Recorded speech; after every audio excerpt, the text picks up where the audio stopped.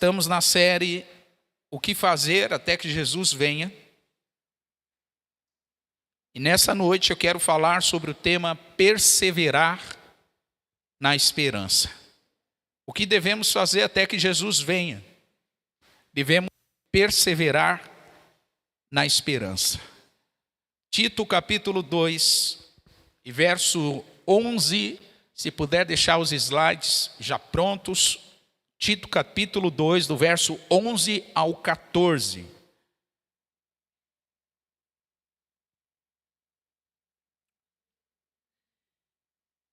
Quem achou, diga amém. Quem não achou, acompanhe aqui a leitura no telão. Diz a palavra: porque a graça de Deus se há manifestado, trazendo salvação a todos os homens, ensinando-nos que, renunciando à impiedade e às concupiscências mundanas, vivamos neste presente século sóbria, justa e piamente, aguardando a bem-aventurada esperança e o aparecimento da glória do grande Deus e nosso Senhor Jesus Cristo, o qual se deu a si mesmo por nós, para nos remir de toda iniquidade e purificar para si um povo seu, especial, zeloso e de boas obras. Você pode dizer isso comigo? Especial, zeloso e de boas obras. Tito, ele foi um ajudante de Paulo, um amigo, um discípulo, um companheiro, na missão que Paulo tinha de anunciar o evangelho em várias cidades, não só de Israel, mas também de todo o continente asiático, onde Paulo pisou nas suas 3 viagens missionárias. E Tito era alguém que o acompanhava sempre nessas missões. Tito, ele não era apenas um aprendiz. Tito não era apenas um discípulo. Ele era alguém confiável. E pessoas confiáveis, elas são dignas de conhecer segredos do coração. Tito conheceu os segredos do coração de Paulo por causa da sua confiabilidade, porque ele era alguém confiável. Tito, ele acompanhou Paulo nessas viagens, tanto a Jerusalém como a Roma, como por toda a Ásia, e ele recebe essa carta de Paulo. A epístola de Paulo a Tito é exatamente isso: a carta de um amigo na fé, a carta de um discipulador, a carta de um mentor, a carta de alguém que está comprometido com o crescimento de uma outra pessoa. E é isso que Paulo vai expressar na carta. E no capítulo 2, do verso 11 a 14, acompanhe comigo, Paulo vai dizer sobre a salvação que se manifestou a todos através de Cristo. E olha o que Paulo diz no versículo 11, que Deus se manifestou trazendo salvação a todos, ou seja, Deus revelou a sua graça salvadora a todos. Pode deixar no versículo 11, por favor, agora o 12. E Paulo diz, ensinando que, renunciando à impiedade e os desejos ou concupiscências mundanas, ou seja, renunciando, abandonando os desejos mundanos, é possível viver de maneira sóbria, de maneira justa e de maneira piedosa. Diga comigo, sobriedade. Diga comigo, justiça. E diga comigo, piedade. Paulo está dizendo para Timóteo: Timóteo, é possível num tempo ruim, num tempo mau, num tempo desafiador, num tempo onde a sociedade pressiona, é possível ser cristão genuíno. É possível ser pessoa sóbria. É possível ser uma pessoa justa. É possível ser uma pessoa piedosa, ou seja, dedicada às coisas de Deus. E pessoas assim, segundo Paulo, no versículo 13, elas são assim porque elas carregam uma esperança, elas carregam uma expectativa. E que expectativa é essa? Versículo 13: aguardando a bem-aventurada esperança e o aparecimento da glória de Deus e do nosso Senhor Jesus Cristo. Pastor, por que as pessoas são piedosas, sóbrias e justas? Por que as pessoas recebem da graça salvadora? Porque elas carregam com ela uma esperança.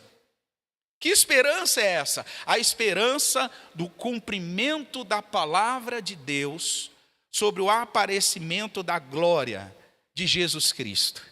Ou seja, do arrebatamento da igreja. Ou seja, do nosso encontro com Jesus nos ares. E aí o versículo 14, Paulo diz: Ele se deu por nós, para nos remir de toda iniquidade, e também nos purificar, e fazer para si, fazer de nós para si, ou seja, para Ele, um povo, diga comigo de novo, especial, zeloso e de boas obras. Olha para a pessoa que está do seu lado e diga isso para ela: Deus está fazendo de ti uma pessoa especial, uma pessoa zelosa e uma pessoa de boas obras. Você recebe essa obra do Espírito na sua vida? Deus está nos tornando um povo especial. Deus está nos tornando um povo zeloso. Zelo fala sobre cuidado, fala sobre aplicação, sobre determinação. E um povo de boas obras, porque nós fomos criados em Cristo para viver nelas. Então, esse é o motivo da esperança, segundo Paulo. Pastor, o que nós aprendemos com esperança? Eu quero compartilhar com você algumas lições aqui sobre esperança. A primeira delas é que a esperança está fundamentada na ressurreição de Jesus. Ou seja, qual é a fonte da esperança? A ressurreição de Cristo, como nós cantamos aqui nesta noite. Qual é o fundamento da nossa esperança? Cristo morreu, foi sepultado, mas ao terceiro dia ressurgiu para a glória de Deus Pai. A ressurreição de Cristo é o motivo da nossa esperança. Esse é o primeiro ponto. A esperança está fundamentada na ressurreição de Jesus. 1 Pedro capítulo 1 e verso 3, acompanhe comigo. 1 Pedro capítulo 1 e verso 3. Bendito seja o Deus e Pai de nosso Senhor Jesus Cristo, que segundo a sua grande misericórdia, nos gerou de novo. Veja, a palavra diz que fomos gerados de novo. É isso que diz o versículo 3 de 1 Pedro 1. Fomos gerados de novo para uma viva esperança, pela ressurreição de Jesus Cristo dentre os mortos. O que o apóstolo Pedro está ensinando é que a gente foi gerado segundo a misericórdia de Deus. Nós fomos gerados segundo a justiça de Deus.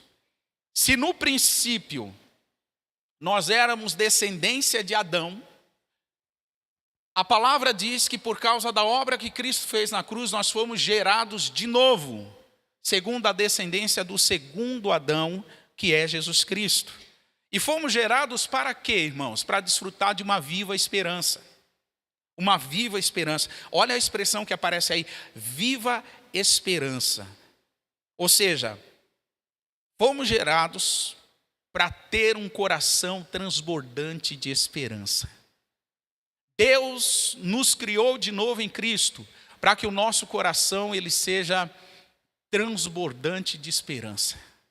O que isso quer dizer, irmãos? No mundo caótico, no mundo em trevas, no mundo sem esperança, no mundo de dor, de tristeza, de morte, de guerra, de epidemias, de fomes, como se diz a palavra, no mundo de desigualdades, de divisão, no mundo tão tenebroso, nós temos no nosso coração esperança. E por que a temos? Não é porque somos bons. E por que nós a temos? Não é porque a gente é melhor do que os outros. É porque a gente reconheceu que Cristo nos regenerou. Cristo nos gerou novamente para uma viva esperança. A ressurreição de Jesus é a base da fé e da esperança que nós carregamos. Olha o que diz 1 Coríntios 15 e verso 14. 1 Coríntios 15 e verso 14, acompanhem comigo.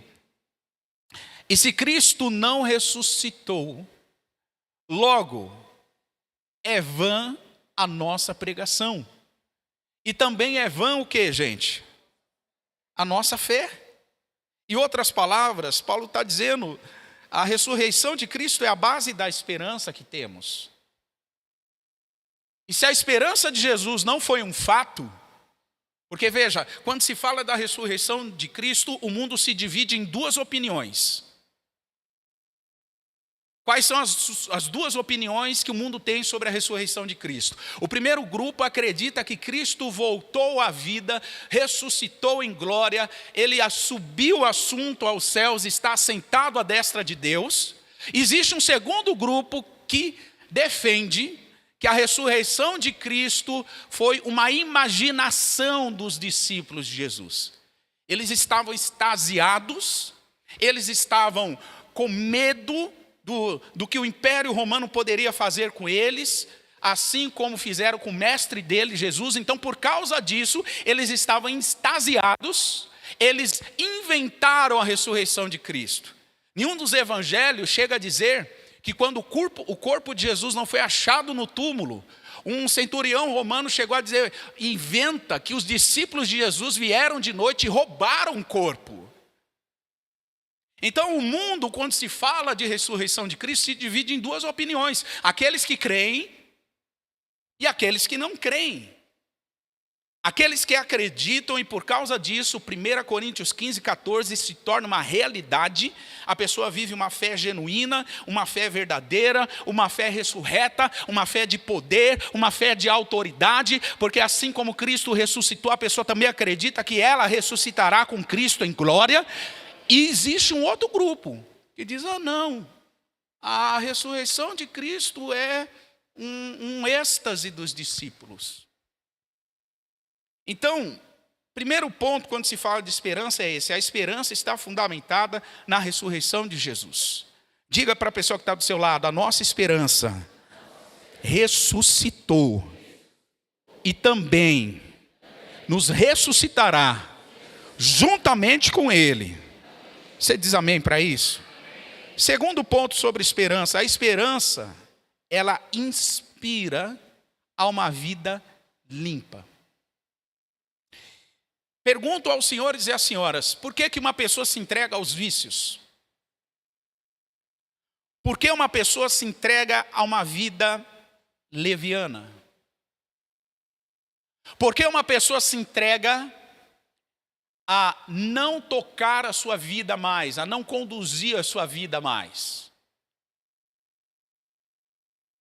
Nós temos irmãos aqui na igreja que fazem trabalhos periódicos com pessoas em situação de rua. E esses irmãos sempre nas suas abordagens compartilham conosco, e nós também já fizemos abordagens com esse público, sabemos que isso é uma realidade. As pessoas falam que estão ali porque elas perderam a esperança. E porque elas perderam a esperança, irmãos, presta atenção nisso. Elas vivem um padrão de vida completamente comprometido. O padrão de higiene é comprometido. O padrão de relacionamentos é comprometido. O padrão de certo ou errado é comprometido. O padrão de sujeira ou de limpeza, de saúde ou de doença, o padrão de certo ou errado, de fazer o bem ou o mal, é completamente comprometido. Por quê? Porque a pessoa perdeu a esperança. Quem perde a esperança, perde também o sentido, perde também propósito, perde também o porquê.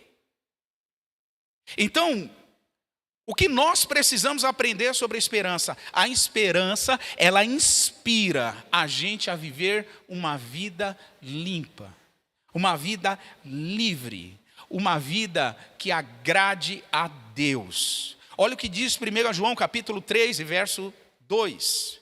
1 João 3, 2. Amados, agora somos filhos de Deus, e ainda não é manifesto o que havemos de ser. Mas sabemos que quando Ele se manifestar, seremos o que, gente? Porque assim como Ele é, nós o veremos. O apóstolo João está dizendo, somos filhos de Deus, agora como seremos na eternidade. Mas a nossa condição agora não é como seremos depois de sermos transformados pela ressurreição ou pelo arrebatamento da igreja. Versículo 3. Vocês podem ler? 1, 2, 3.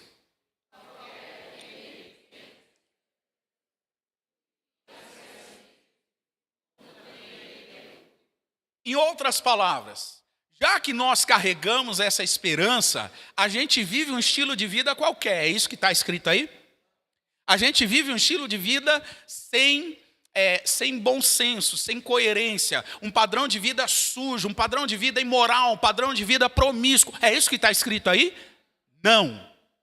Nós vivemos todos o que carregamos essa esperança, nós vivemos nos purificando a cada dia, porque nós sabemos que o nosso Senhor é puro.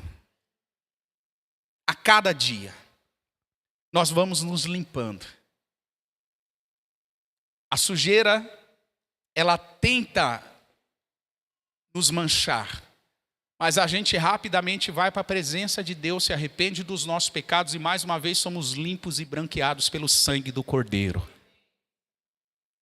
Nós não nos conformamos em ficar sujos.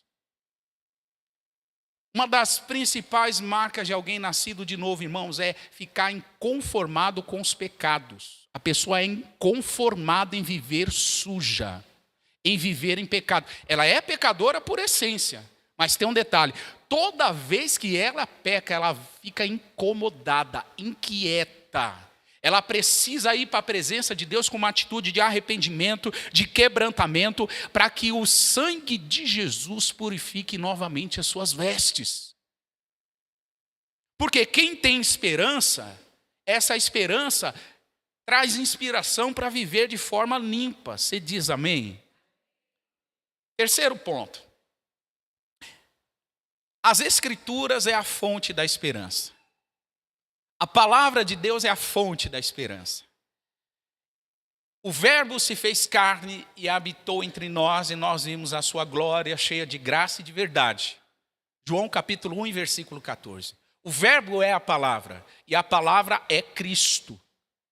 Cristo, ele se fez homem, e ele se fazendo homem, ele é a palavra de Deus que se fez homem. As Escrituras apontam para Jesus. Ele é o centro, ele é o alvo das Escrituras. Portanto, são essas Escrituras a fonte da nossa esperança. Romanos 15, verso 4. Está escrito, porque tudo que antes foi escrito, porque tudo que antes ou dantes foi escrito, para o nosso ensino foi escrito, para que pela paciência e consolação das Escrituras, a gente tenha o que, irmãos? Esperança.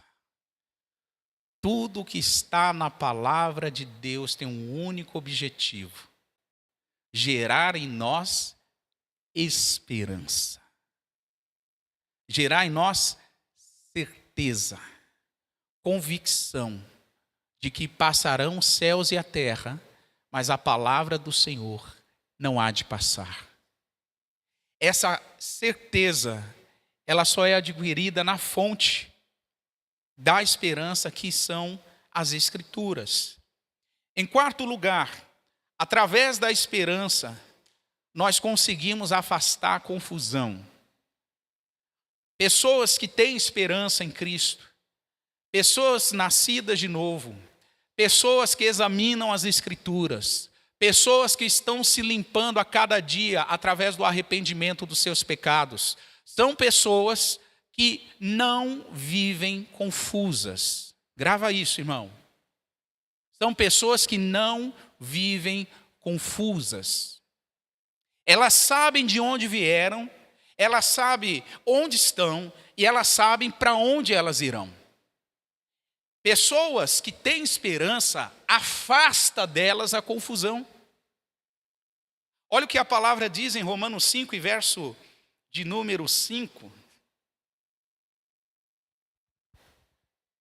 Romanos 5, verso 5. Por favor, façam a leitura 1, 2, 3. Espera aí. A esperança não traz... Então quer dizer que uma pessoa que está confusa, provavelmente ela está abalada na sua esperança. E o oposto disso também é verdade.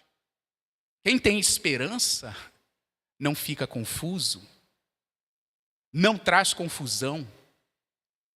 Ela não fica com a mente carregada de confusões mentais. A esperança não traz confusão. E por que não traz confusão? Porque o amor de Deus está derramado em nossos corações, pelo Espírito Santo que nos foi dado. Diga para a pessoa que está do seu lado: o Espírito Santo já nos foi dado. Irmãos, por que o Espírito Santo nos foi dado? Porque o Espírito Santo fez uma obra completa em nossa vida. Porque o amor de Deus está derramado em nossos corações. Nós temos esperança e por isso não somos um povo confuso. Pastor, mas o mundo está confuso. Problema do mundo. Pastor, mas na empresa onde eu trabalho está tudo confuso. Pastor, mas na minha família está tudo confuso. Pastor, mas a minha vida está uma confusão. Muito provavelmente, a esperança que Jesus traz, ela não está manifestada como deveria estar sobre esses cenários que nós acabamos de citar. Porque no cenário onde a esperança está, ela afasta a confusão. A confusão sai. Dá uma olhada no que diz João capítulo 20, verso 19. Mais uma vez a ressurreição de Jesus aparece em cena. E olha que coisa extraordinária. Jesus ressuscitou. Ele aparece aos discípulos. No primeiro dia da semana, diz a palavra, as portas estavam fechadas. E os discípulos tinham medo dos judeus, eles estavam ajuntados. Jesus chega, se coloca no meio deles e diz para eles assim: paz seja convosco. E aí no versículo 20, Jesus mostra as suas mãos, mostra o seu lado que foi furado pela lança. Os discípulos se alegram, porque eles viram que era o Senhor. E no verso 21, Jesus outra vez diz para eles: paz seja convosco. Sabe o que Jesus está dizendo? Não fiquem confusos, não fiquem perturbados, não fiquem com medo, não fiquem ansiosos, não fiquem estressados. Não fiquem. Tenham a paz que excede todo entendimento. Jesus está dizendo: tenham a esperança. Por isso ele diz duas vezes: paz seja com vocês. E aí ele segue: assim como o Pai me enviou, eu também envio vocês. Versículo 22. Vocês podem ler? Verso 22, 1, 2, 3.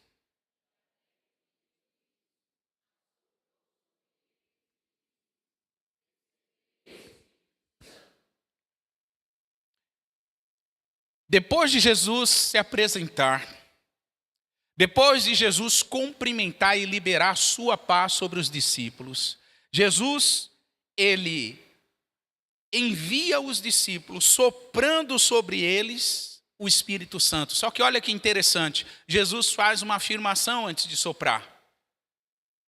Sabe o que Jesus diz para eles? Recebam. Recebam. Sabe por que Jesus disse isso, irmãos? Porque tem muita gente que está andando com Jesus, mas que não recebe a obra do Espírito na sua vida. Tem muita gente andando com Jesus, mas não conhece o Espírito Santo. Tem muita gente que anda com Jesus, conhece o Jesus histórico, conhece todas as histórias da Bíblia sobre Jesus, mas não conhece o Espírito Santo. Por quê? Porque ainda não recebeu. Recebe tudo, menos a obra do Espírito Santo em sua vida. Jesus diz para eles: recebam o Espírito, e sopra. Pega essa linha de raciocínio, irmãos. Quando Deus foi criar o homem no jardim do Éden, Deus formou o homem do pó da terra e soprou nas suas narinas, e a Bíblia diz que ele foi feito alma vivente. Aqui, Cristo está marcando um novo começo na história humana. Ele está novamente criando novas criaturas. Ele está recriando. E Ele está soprando o fôlego de vida sobre eles. É como se Jesus dissesse: vocês vão viver se receber o Espírito Santo. Vocês vão viver se ter o Espírito Santo. Jesus está marcando uma nova história na humanidade. E ouça isso, igreja. Você vai viver uma nova vida quando você receber a obra do Espírito Santo sobre você. Enquanto isso, é velha vida. Enquanto isso, continuaremos os mesmos. As mesmas reclamações, as mesmas murmurações, a mesma ingratidão, a mesma insatisfação. A nossa vida vai continuar do mesmo jeitinho.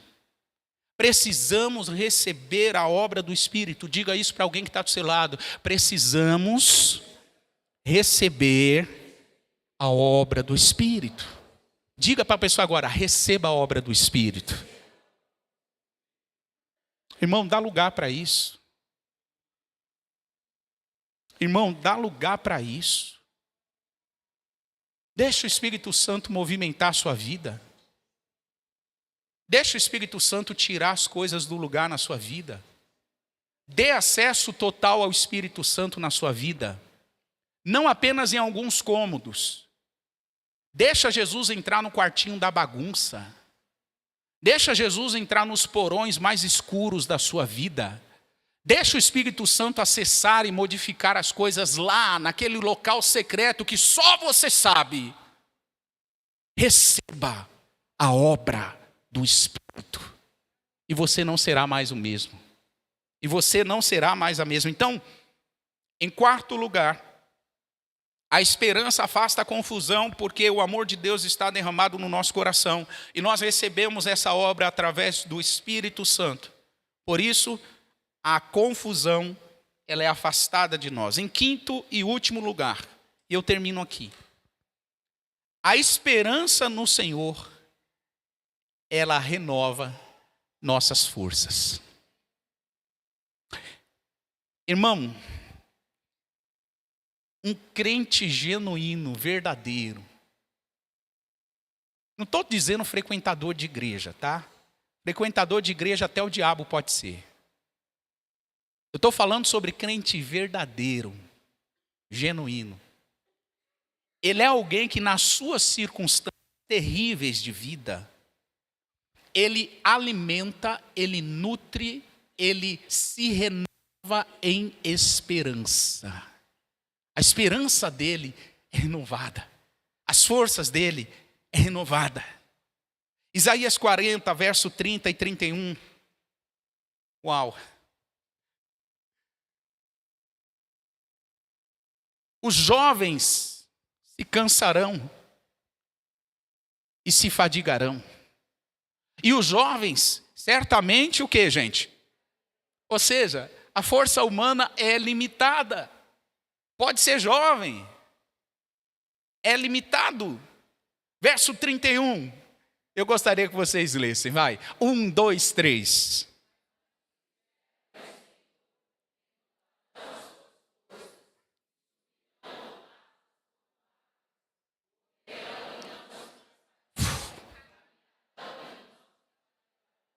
Os que esperam no Senhor, eles vão renovar suas forças. Eles vão subir alto como asas, como águias. Eles vão correr e não vão se cansar. Eles vão caminhar e não vão se fadigar. Os que esperam no Senhor.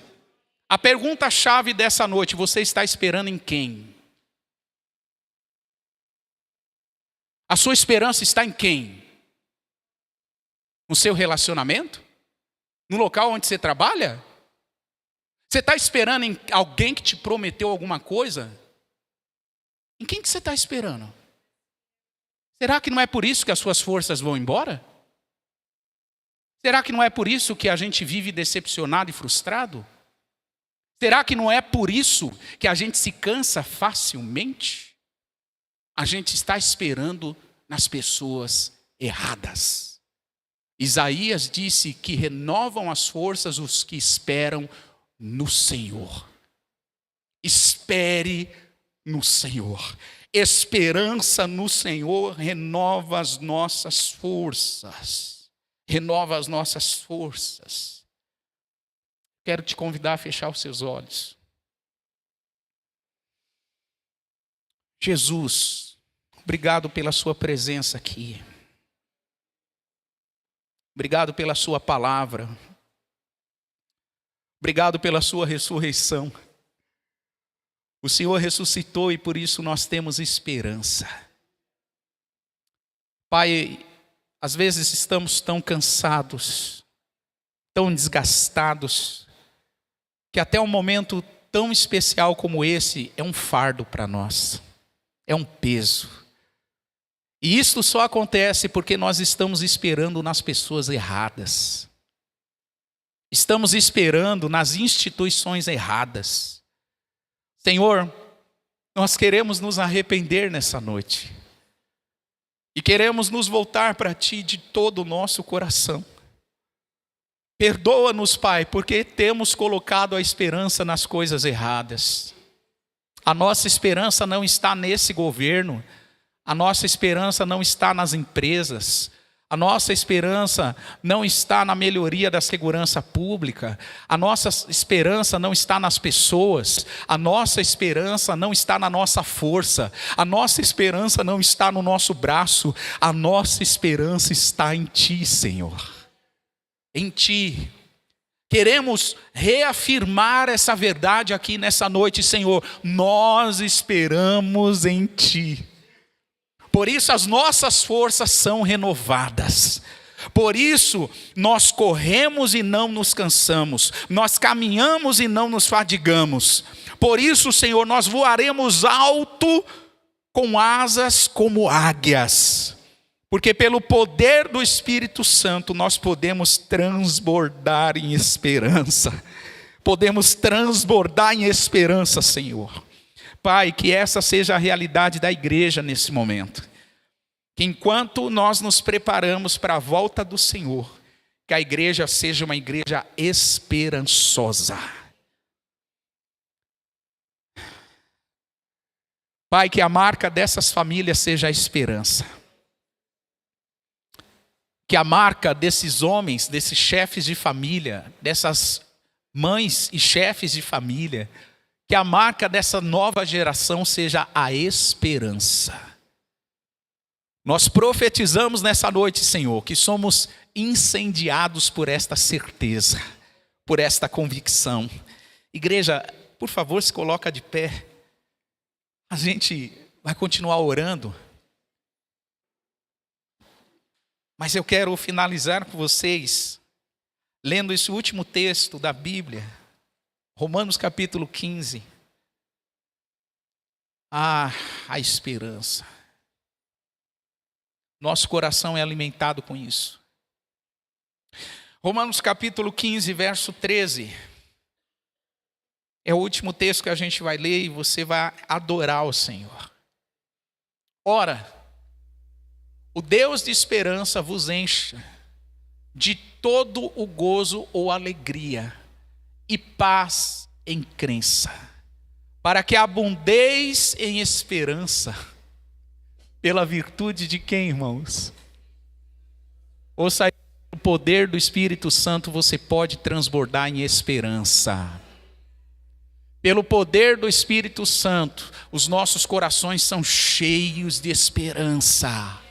Pelo poder do Espírito Santo, nós podemos crer que o amanhã já está reservado e será uma bênção na mão do nosso Criador. Pelo poder do Espírito Santo, a gente não teme as más notícias, a gente não teme os maus rumores, a gente não teme os desafios, a gente não teme as afrontas. Pelo poder do Espírito Santo, nós transbordamos em esperança. Erga suas mãos e agradeça a Jesus pela esperança que Ele derrama no seu coração. Vamos, igreja, levante agora um cântico de gratidão por essa esperança que nós carregamos. Obrigado, Jesus.